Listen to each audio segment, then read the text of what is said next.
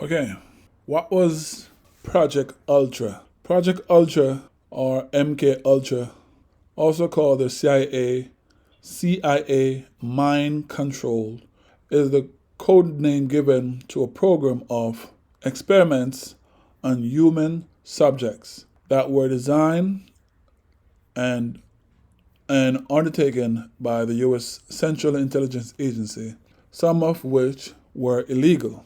Experiments on humans were intended to identify and develop drugs and procedures to be used in interrogations in order to weaken the individual and force confessions through mind control. The project was organized through the Office of Scientific Intelligence of the CIA and coordinated with the United States Army Biological Warfare Laboratories. Other code names for the drug-related experiments were Project Bluebird and Project Artichoke. The operation was officially sanctioned in 1953, reduced in scope in 1964, and further curtailed in 1967. It was officially altered in 1973. The program also engaged in illegal activities, including the use of U.S. and Canadian citizens as its unwitting test subjects, which lead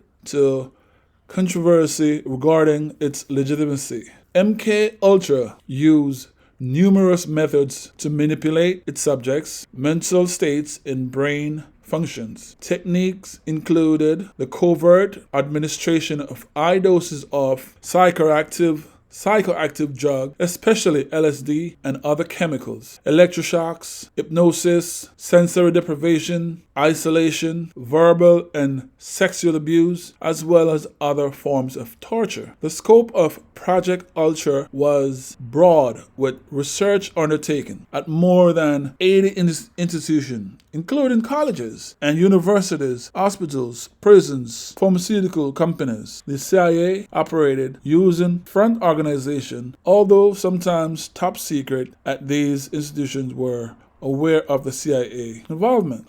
Let's take a break there. Yes, you heard that right. MK Ultra was a covert or not so covert operation run by the U.S. government on unwitting Canadian and American citizens. Yes, government practiced on their own citizens. This is not a secret. You heard that right. This was a drug the CIA was trying to develop to control the mind, a mind control drug. So when people say they're afraid of the COVID vaccine, I understand it. I get it. Yes, people, welcome back to the Righteous Sinner podcast. This is your host, Redhead Sonny. And sorry we have to start off the podcast like that. Usually we do the intro first and then we get into the meat of the matter. But I just wanted to, get right to the point and show you that the government cannot be trusted at all times. Yes, you heard me. The government cannot be trusted all times. I'm not here to tell anyone not to take the vaccine. As a matter of fact, I am going to take the vaccine. I'm not an anti-vaxxer. I'm no conspiracy theorist. I have facts on my side when I speak. So this is not about not taking vaccine. Again, this video is not about not taking vaccine. Go out, get vaccinated. Go out, get your loved one tested and vaccinated. This video is not about not taking vaccine. There's a lot of reason why we shouldn't trust the government, right? Yes. And I'm going to give you a few examples of why the government cannot be trusted. Not all the time, not every time, but sometimes your own government do not have their citizens' best interests at heart. But I don't want to get lumped in with anyone who is deemed or qualified as anti-vaccination, because that's not my stand, and that never will be my stand. Who want to take it, go ahead and take it. As a matter of fact, I am going to take it. This video is not about that, right? This video is about the U.S. government taking steps to run experiments on knowingly or unknowingly citizens, U.S. citizens, wittingly, unwittingly, involving them in programs under false pretense, right? Creating numerous atrocities under the name of the U.S. government. Killing, murder are some of the examples that I'm trying to get to today. So yes, we'll start off with the MK Ultra but we got a lot more to come. We won't get too in depth on any of these stories because some of them are wide and well known. Some of them are well documented. It's a shame that it's not a part of the everyday conversation in terms of what U.S. history is, but these are things that are not really secrets. So I'm going to name a few of them and I'm going to talk about a few of them. Okay? All right, let's go. Yeah, so you say, no, the government would never do that. They would never take a set of people, vaccinate them, and inoculate them with disease, poison, or anything like that. Well, have you heard about poisoning of foster children? Have you heard about the Tuskegee experiment? Poisoning of foster children and the experiment on the Tuskegee Airmen. Let's talk about those two. What those entail. I mean, has that ever happened? Has anything like that ever happened before? And are you saying the government would never do that? Are we saying our government would never ever do anything like that to its citizens? And people fear, especially black people's fear and mistrust of the government with medicine/vaccination is unfounded. I mean, should we get into it? Should we look into what poisoning of the foster children were about? Okay, let's go. So yes, this was first reported by the Associated Press and then by CBS. The government-funded researchers tested AIDS drugs on hundreds of foster children over the past 2 decades, often without providing them basic protection afforded in federal law and required by some states. An Associated Press review has found. The research, funded by the National Institute of Health, spanned the country. It was most widespread in the 90s as foster care agencies sought treatment for their HIV-infected children that weren't yet available in the marketplace. The practice ensured that foster children, mostly poor or minority, receive care from world-class researchers at government expense, slowing their rate of death and extending their lives, but also expose a vulnerable population to the risk of medical research in drugs that were known to have serious side effects in adults and for which safety for children were unknown. You hear that? The research was conducted in at least 7 states: Illinois, Louisiana, Maryland, New York, North Carolina, Colorado, and Texas, and involved more than 4 dozen different studies. The foster children range from infants to late teens. According to interviews and government records, several studies that enlist foster children reported patients suffered side effects such as rashes, vomiting, sharp drops in infection, fighting blood cell as they tested antiviral